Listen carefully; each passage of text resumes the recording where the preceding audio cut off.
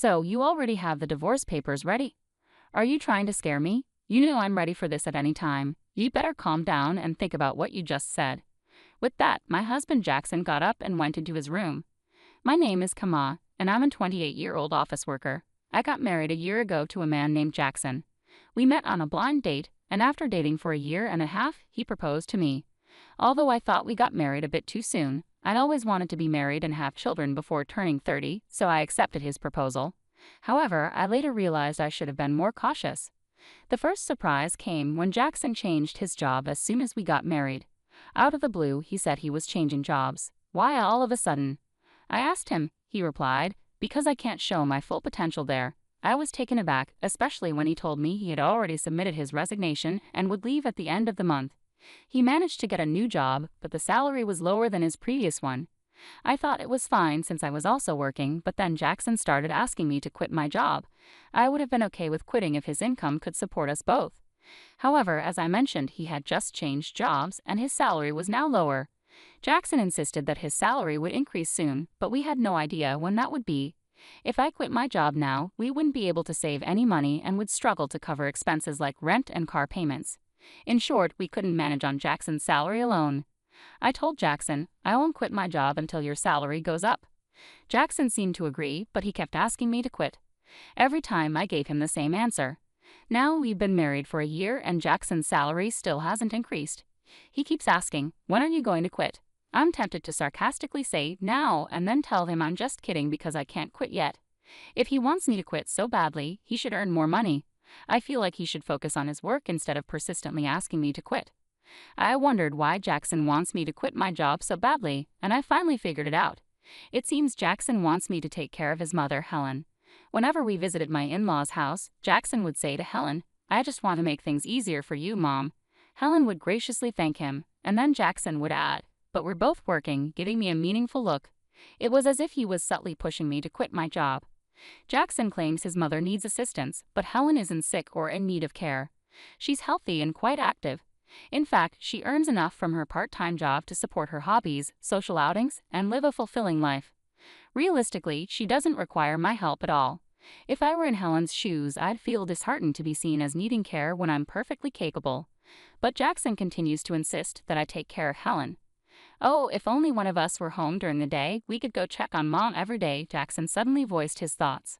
It seemed he wanted me to visit my in-laws' house daily, and hearing this was exhausting.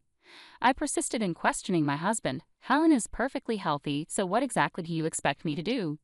Jackson responded matter-of-factly, there are plenty of things you could do. You could help with housework or run errands. There's a lot to assist her with. But Helen works part-time and spends time with her friends during the day, so she's not home much, right? I countered. Even if Mom isn't home, you could still handle the housework, couldn't you? Jackson's words left me baffled. What is he saying? Am I supposed to be her maid? I thought to myself. Jackson seems to be very concerned about appearances, especially in front of his parents. If he's so determined to care for them, he should handle the household chores himself. I wasn't interested in indulging Jackson's pride, so I didn't quit my job and avoided visiting my in-laws on my days off. However, I did make sure to visit them during holidays like New Year's. Thinking back, Jackson often assigned me tasks whenever we visited my in-laws together. He'd ask me to clean up, assist his mom, check if anything was needed from the store, and so on. But I never acted on these requests. When he asked me to go to the store, I'd respond with, don't you know more about this area than I do? He'd then say, it wouldn't make sense if I did it. I didn't really understand his reasoning. It seemed like he just wanted to control me and feel good about taking care of his parents, didn't it? Over time, that's how I started to view Jackson. Could it be that he's more concerned with appearances than genuinely caring for me? When I boldly asked him, why don't you pitch in or quit your job to care for your own mother? He appeared extremely uncomfortable and had a disgusted expression on his face. That's not something I'm supposed to do. I'm giving you these instructions so that my mom will think that you are a considerate, useful wife. I hope you realize how kind I am to you, he said. In other words, he wants to dump all the difficult tasks on his wife and show off how good he is as if it's something remarkable. Well, I'm not his servant or slave, and I don't deserve to be treated disrespectfully in front of my in-laws. If Jackson continues making unreasonable demands, I won't stay silent. I'll stand up for myself. But despite talking to him, Jackson hasn't changed. He still asks, are you going to quit your job? And whenever we visit my in-laws, he orders me around just like before. I had enough and decided it was time to discuss it with him seriously. I think we need to talk about our future, I said.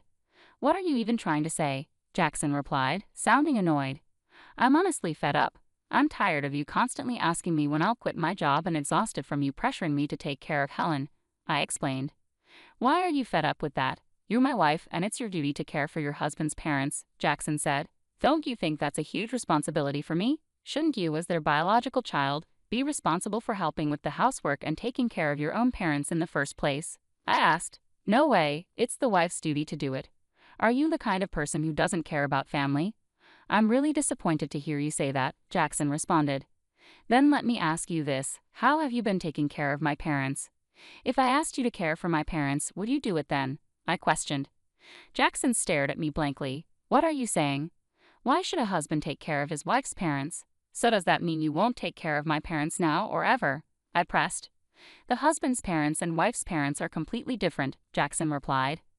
What difference does that make, anyway? I don't get it, I said, feeling frustrated. I didn't realize you were so clueless. It's like talking to my old boss, I continued. What are you saying? Jackson asked, confused. I'm saying the husband's parents should come first. You should take care of your wife's parents, I clarified. What? I exclaimed. So you only prioritize your own blood-related family? I'm so disappointed in you. I won't be visiting your parents anymore. Why would you do that? Enough is enough. I'm the one who wants you to stop this nonsense, I retorted. No way, how dare you talk back like that? My mom is right, Jackson shot back. Mom was talking about you. She said you're a badly behaved wife. That's why she gave me this. With that, Jackson pulled out a piece of paper from his bag. It was divorce papers. What? You already had divorce papers ready. I was shocked, but Jackson seemed strangely proud. See? I scared you, didn't I? I'm prepared for this anytime, so think about what you just said, Jackson declared smugly before leaving for his room. Unbelievable. Why is Jackson so selfish? That look of triumph on his face. It's clear the divorce papers are a threat to make me obey him. The fact that Helen was involved made me even more suspicious. Jackson is acting like a puppet for his mom, trying to control me while following her orders. It's ridiculous. I won't let Jackson have his way.